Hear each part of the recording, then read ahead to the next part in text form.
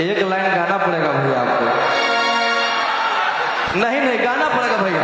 अरे एगो शेरवा जेल के भीतर कोई गो शेरवा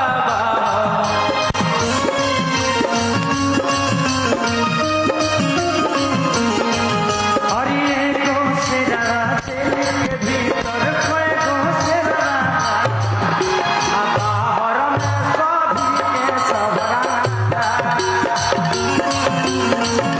के भीतर कोई गो शेरवा बाहर में सब सूटर खूना भैया भैया।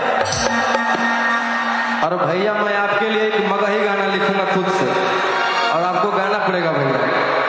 बहुत डिमांड है भैया आपका मगध में, लोग सुनना चाहते हैं मगही लैंग्वेज आपके मुंह से।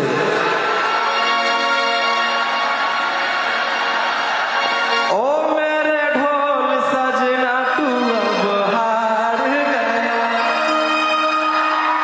कि अपन